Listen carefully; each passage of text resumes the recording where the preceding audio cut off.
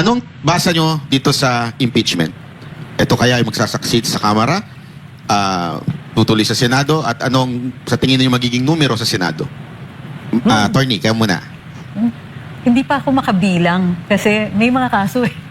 May mga pending cases ang ilang mga boboto sa Senado. So, that's a factor.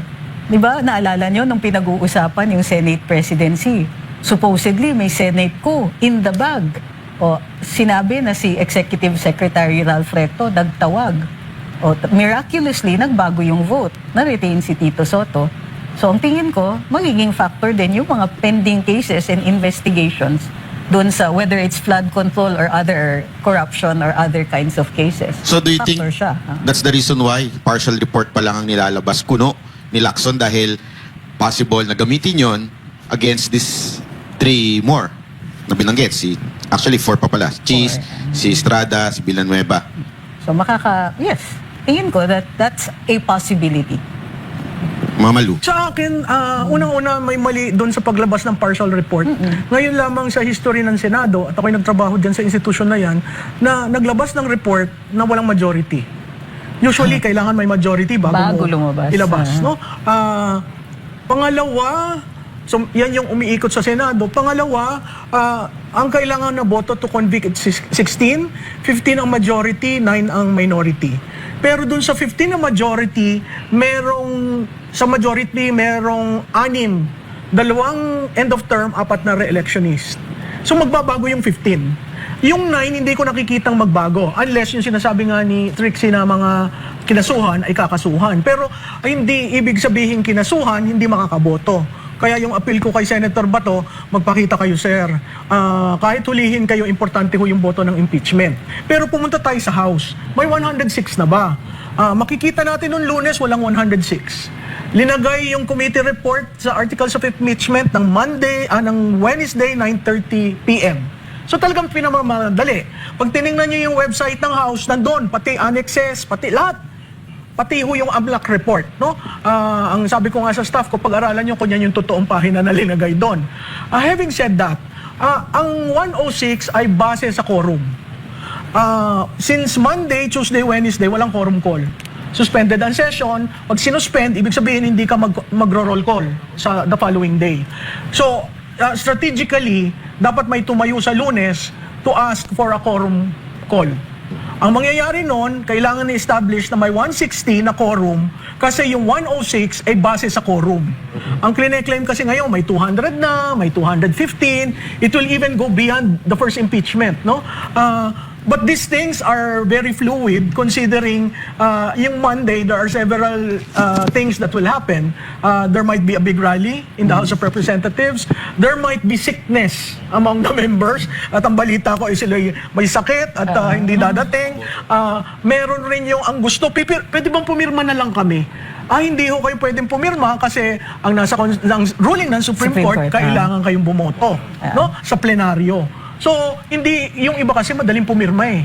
Kasi nakapirma ako pero hindi ako boboto. So, pag binangga mo yung record, hindi mo makikita. Ang consistent, may 55. Ang consistent, may 55 sure na bumoboto sa Committee on Justice. Uli, yung chairperson, malihon sabihin unanimous. Kasi ang membership ng committee nyo, 40 na members at 40 na ex officio. So, 80. Ang 55 ay hindi unanimous ng 80. Yan ho ay majority. So sa tingin niyo ma'am, sa Congress pa lang lusaw na to? Depende sa yung mangyayari. Kasi pwedeng may tumayo at sabihin walang quorum, hindi ka pwedeng magbotohan. O pwedeng tumayo at sabihin hindi namin nakuha yung kopya ng committee report. Di suspend. No? Magkakagulo. Ang alam nyo, ang hindi na monitor ng majority at balita ko yung kinaasar ng majority leader ay yung privilege speech ni Congressman Reviste. So, natinag sila doon. Sandali lang. Wala ito. O kaya hindi mo magkaintindihan kung sino sasagot, ha? Ang nagsalita, that should be between Recto and Reviste. Nakita nyo, nagsalita ang Suarez, nagsalita ang Garin, kung sino-sino na. Hanggang si Ridon, pinapaalis yung sinabi lahat. Hindi mo pwedeng paalsin yun kasi against the rules, ha? Personal and collective. Personal yun Privilege, kay Libiste. Maaring hindi collective, no? Pero hindi mo pwedeng alsin yung buong speech. Yung motion nila is to remove everything.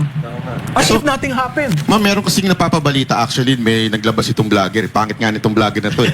Sabi na iba-blacklist ng iglesia ang pumirma doon. Eh tayo may personal knowledge tayo doon.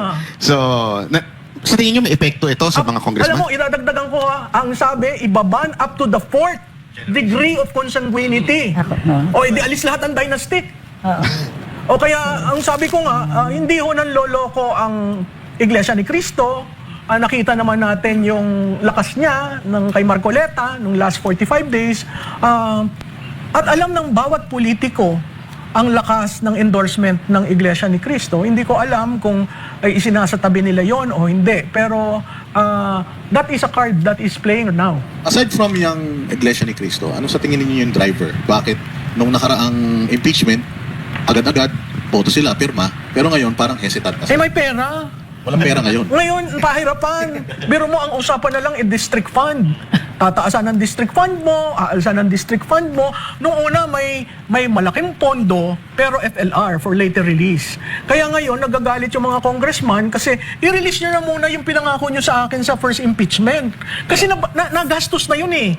Di ba, kung ikaw ang kontratista, hihingi ako ng tulong sa'yo, nagbigay ka sa akin lang ilang milyon, iaawas mo yun dun sa kontrata. Eh, kung in FLR, di wala kang negosyo, Solid. nakuha ko na.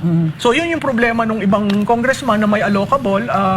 Napakahirap dahil ang daming lumalaro. May balita na maleta daw ay dollars na. Kasi pag peso, mababa na ang value. Yung mga ganon, nakakalungkot dahil makikita mo kung gaanong nababoy ang institusyon. Well, tama ko lang sinabi ni Ma'am Sara na wala nang pera ang Pilipinas. Baka Hindi, yan kasi wala naman. nang bayad sa mga congressman. Nakiprank ko na. Hindi. Yun lang. Joke lang. Ay, hindi. Yung pagkasabi niya kasi ng walang pera, dalawang bagay. Isa tungkol doon sa utang, na gustong utangin, at hindi mo maintindihan kung saan naman gagamitin, at yung directive ng DBM Yan. na lahat ng mga savings nyo from Pwede na previous years, pagsamasamahin na natin. So wala talagang pera, pagsamasamahin. Ang difference lamang niya, nung panahon ni Duterte, hindi siya naglagay ng supplemental budget, pero nag-earmark. Nag-earmark siya na natatandaan niya yung Bayanihan 1 and 2. May nakakabit doon na pondo para sa gagastusin. Ito apparently dahil Duterte formula yon, ayaw nilang gawin yon, kaya nag-issue si DBM na lahat ng may tirang pondo, bilangin niyo yan at kukunin.